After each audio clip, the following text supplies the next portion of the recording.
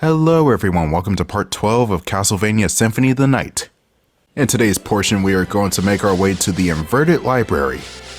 For those who are less familiar with this game, there's a special once-in-a-lifetime weapon in the library known as the Chrysogrim, also known as the Valmon Way in later games, which translates to Blessed Wind.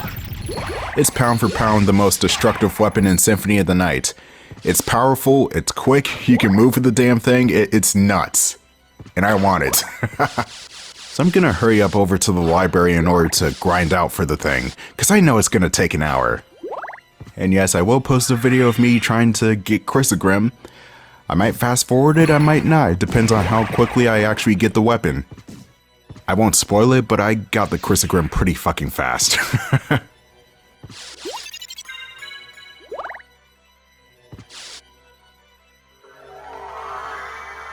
I'm gonna tell you a story about how I know this game as well as I do. Again, I don't know everything about this game because I'm still learning shit, but I know enough. My cousin had a PlayStation growing up back in the day, and that's how I got a chance to see and play some of those games like Final Fantasy VII, the better version of Resident Evil 2, the Spyro games, and more importantly, Tomb Raider, which I'm terrible at. But there's this one game that she did not enjoy playing that much. It was this one. She tried over and over again to figure out where to go, but to no avail. This game is definitely not for my cousin, to say the least. She is better at Tomb Raider than I am, though, for some strange reason. But I was inclined to try this out because I like haunted stuff. I was like 3 years old and I liked haunted stuff for some reason. I don't know why. Like, everybody's scared of black cats for some reason. I don't know why. Black cats are adorable. Stop hating on black cats. But yeah, here I am barely 4 years old and I'm playing this game, enjoying it because the combat is just that satisfying. Even though I didn't progress the game that much, I was still having fun with it. And I didn't even know about the internet in 2001 because again, I was 4. I was just having a grand old time killing all the enemies, and then death appears, takes all my equipment, and then I just die now because I don't know how to fight barehanded. Oh well, game over, that's the ending. Back to Spiral. And then years later, after I played the Metroidvanias on Game Boy Advance, well, I only played Aria of Sorrow at that point because that was the one I owned. The PSP came out in 2008. Out came Dracula X Chronicles, which not only has the remake of Dracula X, or Rondo of Blood, it was known as Dracula X in Japan, as well as the original version of Rondo of Blood, but also this game. I got that collection, I played the 2 versions of Rondo of Blood. Again, I like the original over the remake, but the remake is still good too. And then I got to this game. And I was still stumped, understandably. But thanks to YouTube, and I watched all of the YouTube videos, I managed to get the first ending, where you kill Richter. And admittedly, I felt accomplished at first, but I wanted to see what the second half of the game was.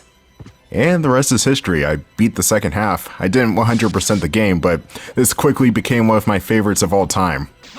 Symphony of the Night has this unique atmosphere that not too many games have, let alone Metroidvanias. I mean, hundreds of these types of games come out, and this one is still the very best. Okay, I'm not being charitable here, because I do love me some Metroidvanias, and there are at least a couple that play just as well, if not better than Symphony of the Night, despite my blatant bias for Symphony of the Night. You got Bloodstained Ritual of the Night, which was made by the same creator as this game, so that's a bonus. You got the Mummy Demastered, which leans more on the Metroid side as opposed to Castlevania, but still a good Metroidvania. And there was another one that has a long-ass fucking title too. It was D-Lit and Wonder Labyrinth, which is, if you squint hard enough, you'll mistake it for a Symphony of the Night because the sprites are similar, except you're playing as an elf lady, not a Dampier. Even the walk cycles are the goddamn same. They must have some tight asses.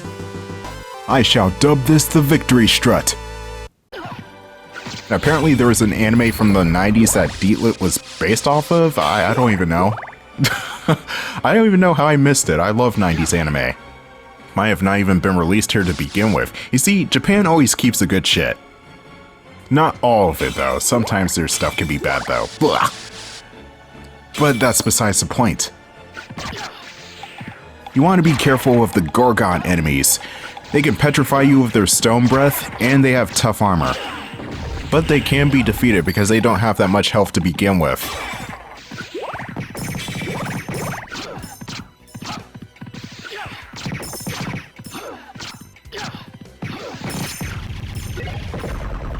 And we just got the stone sword, which may petrify enemies. I'm not sure how the wording actually phrases it. Let's see. Oh, it says may petrify enemies. Even the game is not sure if the sword stones enemies or not. But yeah, I don't use the stone sword. It's a really bad downgrade compared to everything else. It's honestly not worth it.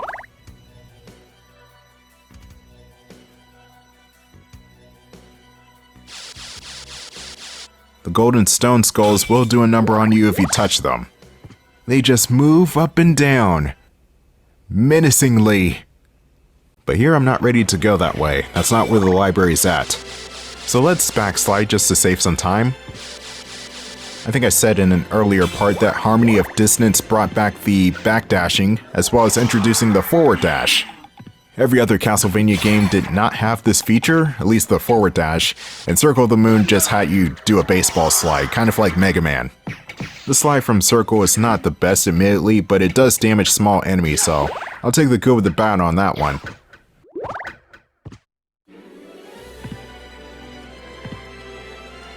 Here's the room with the sub-weapons. Want to get the stopwatch before I actually get going.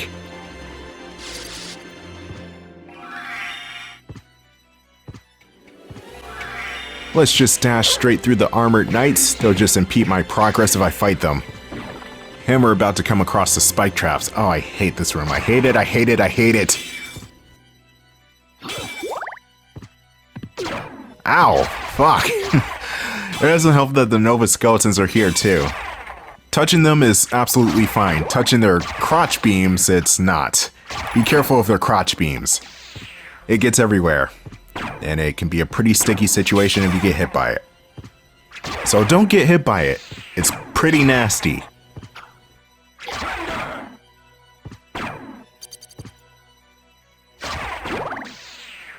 Alright, let's take a detour up north real quick, see what we can find.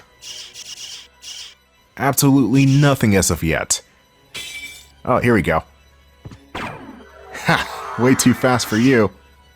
Anyway, we got the iron ball, which I don't use. I never use any of the miscellaneous items in this game. Unless I have the odd time of experimenting, but I just use my sub-weapons and my sword. I have to imagine the iron ball is just a projectile attack. In which case, yeah, it could be a decent weapon if I use projectile attacks. But unfortunately, I just don't do that. Also, this hallway is longer than I thought it would be. Holy crap! How many chambers is this? Oh, it doesn't matter. I'm just gonna use the bat dash to win. Everybody likes a good bat dash.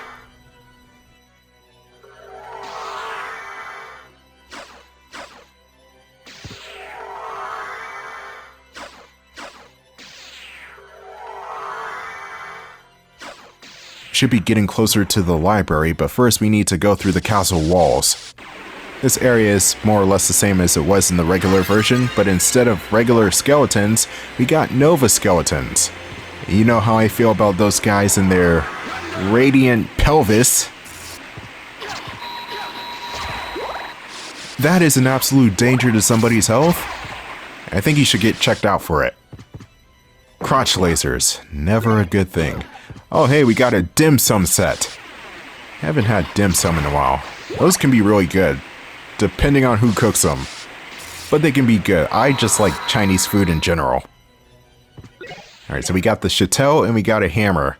The hammer's for the fairy. She'll just unpetrify you with that. Wow, why can't I say unpetrify for some reason? And the chatelle is just a one-handed sword type of weapon, but it's curved. It's kind of like a pirate's hook. Or better yet, a scythe. Kind of like the Grim Reaper's scythe. But the chatelle is nowhere near as treacherous as, say, Death's weapon. It's just a really short hook. And here's the part from earlier in the playthrough where we spotted the ferryman at first. But we can't do that now. Not only because we're upside down, but the looking glass is not even there anymore. Oh man. Just imagine looking at that view, but everything's upside down, so the earth is just inverted. Man, that would give me vertigo. Really bad vertigo. It's probably why that final stage from Sonic Heroes always makes me tense. Everything's so high in the air. Yes, I know it's a fake-looking skybox by 2003 standards, but it looked real to me, damn it.